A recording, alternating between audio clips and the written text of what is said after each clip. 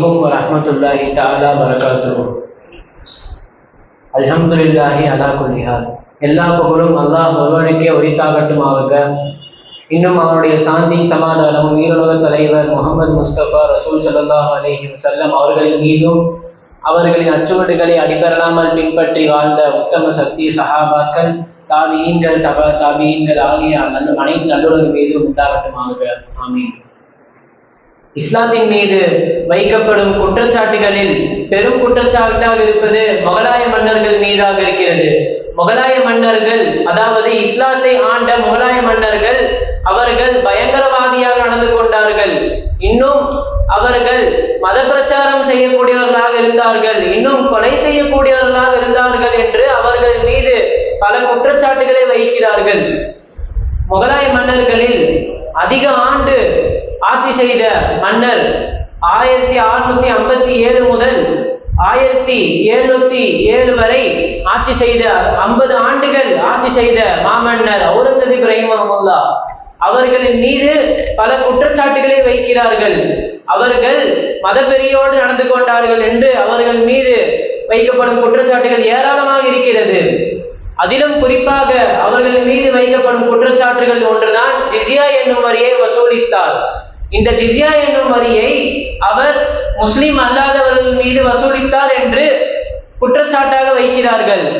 இந்த ஜிஸ்யா என்னும் வரியை இந்துக்களுடைய கோயில்களை பராமரித்துக் கொள்வதற்காக மட்டுமே அவர் வசூலித்தாரே தவிர இது தனக்காகவோ அல்லது அரசுக்காகவோ அவர் வசூலிக்கவில்லை. இன்னும் இந்துக்களுடைய வாழ்வாதாரத்துக்காக இந்த வரியை வசூலிக்கவில்லை. மாறாக அந்த கோவிலை பராமரித்துக் கொள்வதற்காக மட்டும்தான் வசூலித்தார்கள். இன்னும் இதற்கு பல சலுகைகள் கொடுத்திருந்தார்கள். முதியோர்கள், ஏழைகள், பாதிரியர்கள், அர்ச்சகர்கள், இன்னும் இராணுவத்தில் பணி செய்யக்கூடியவர்கள், இன்னும் ஒருவர் 6 மாத காலம் நோய்வாய்ப்பட்டிருந்தால் அவரின் மீது வரி வசூலிக்கப்படாது என்று பல விதிவிலக்குகளை கொண்டுதான் இந்த வரியை வசூலித்தார். இன்னும் அவுரங்கசீப் ரஹிமஹுல்லாஹ் அவர்கள் இந்த வரியை ஒருவர் 2 மாதம் அல்லது 3 மாதம் பிற்படுத்தி தவணையாக செலுத்தலாம் என்று பல சலுகைகள் கொடுத்துதான் இந்த வரியை வசூலித்தார்கள். ஆனாலும் அவர்கள் மீது இது ஒரு குற்றச்சாட்டாக மட்டுமே தான் வைக்கிறார்கள். இன்னும் அவுரங்கசீப் ரஹிமஹுல்லாஹ் அவருடைய ஆட்சி காலத்தில் பல வரிகளை ரத்து செய்திருக்கிறார்கள். இந்துக்களுடைய பழக்கத்தில் ஒன்று காசிக்கு சென்று கங்கை நதியில் குளித்தால் அவருடைய பாவங்கள் நீங்கிவிடும் என்று ஒரு நம்பிக்கை.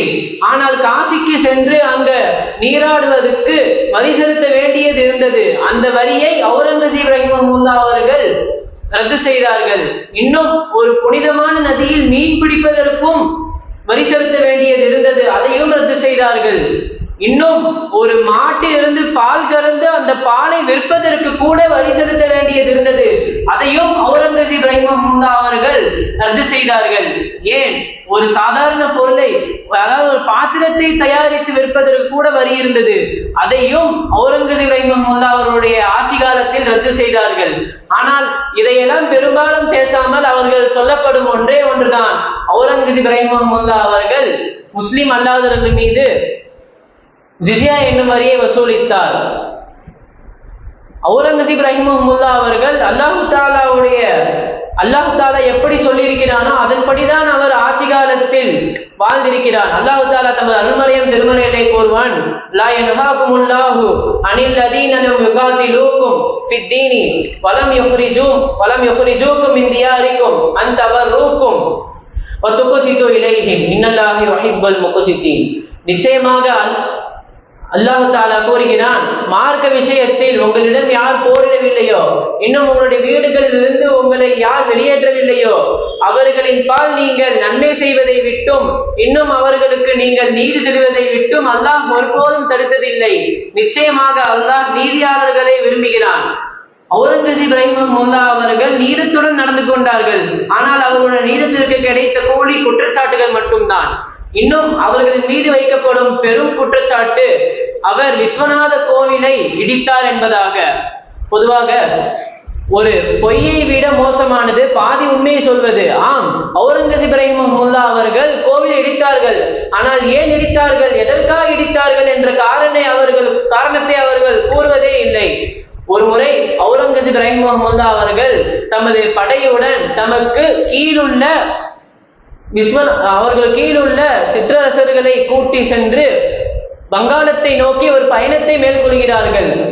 அந்த பயணத்தின் வழியாக அங்கு ஒரு கோயிலை பார்த்து இந்த சிற்றரசர்கள் அங்கு நாங்கள் நீராட வேண்டும், இன்னும் அங்கு நாங்கள் தரிசிக்க வேண்டும் என்று அவுரங்கசீப் ரஹிமஹுல்லாஹ் அவர்களிடம் கோரிக்கை வைத்தார்கள்.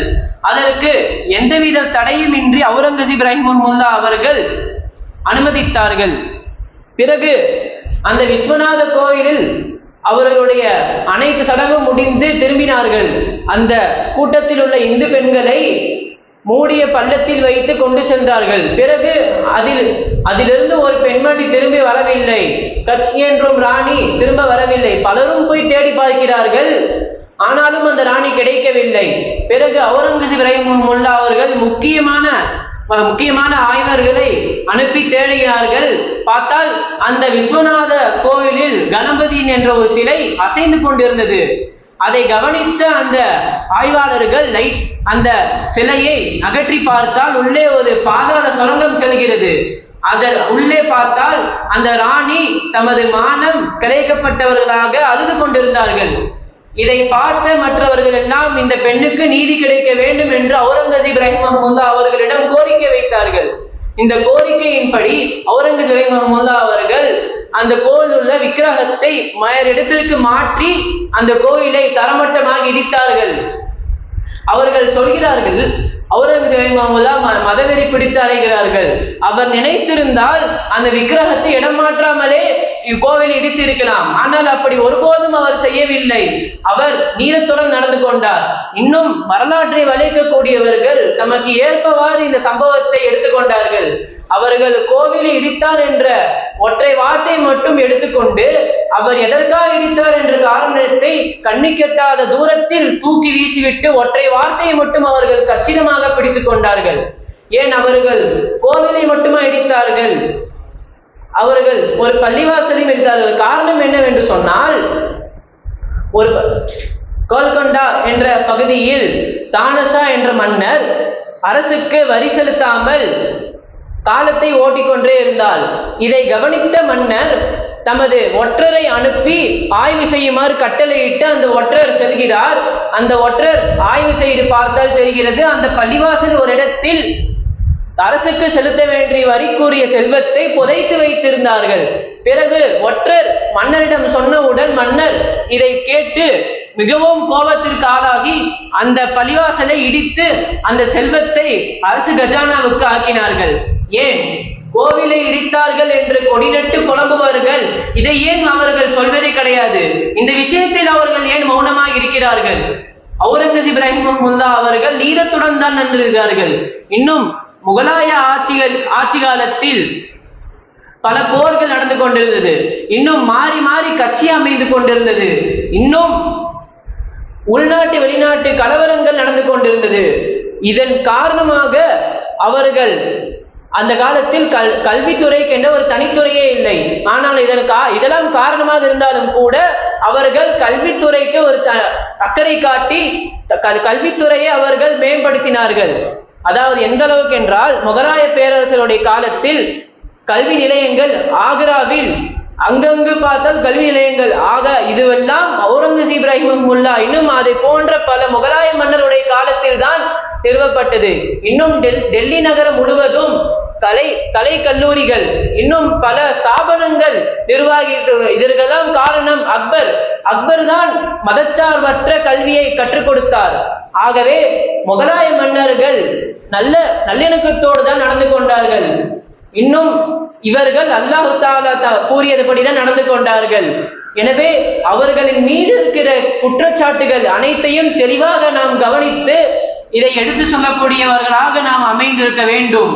இன்னும் இப்பொழுது கூட சமீபத்தில் கூட அவர்கள் மீது வைக்கப்படும் குற்றச்சாட்டு NCERT என்ற ஒரு மத்திய அரசுடைய பாடத்திட்டத்தில் அவர்கள் சொல்வதாவது, முகலாய மன்னர்கள் பயங்கரவாதியாக, கொலைக்காரர்களாக, இன்னும் அவர்கள் மதவெறி பிடித்தவர்களாக நடந்து கொண்டார்கள் என்று இந்த அளவுக்கு பேசிக்கொண்டேதான் இருக்கிறார்கள். ஆகவே அவர்களுக்கு பதில் கொடுத்து இவற்றையெல்லாம் தெரிந்து கொள்ளக்கூடிய பாக்கியத்தை நாம் அல்லாஹுக்கே அல்லாஹ் தந்தல் புரிவனாக. அஸ்ஸலாமு அலைக்கும். மாஷா அல்லாஹ். நம்முடைய அருமை சகோதரர் அஸ்வர் அவர்களுக்கு தரப்பட்ட தலைப்பில் ரொம்ப சிறப்பாக பேசினார்.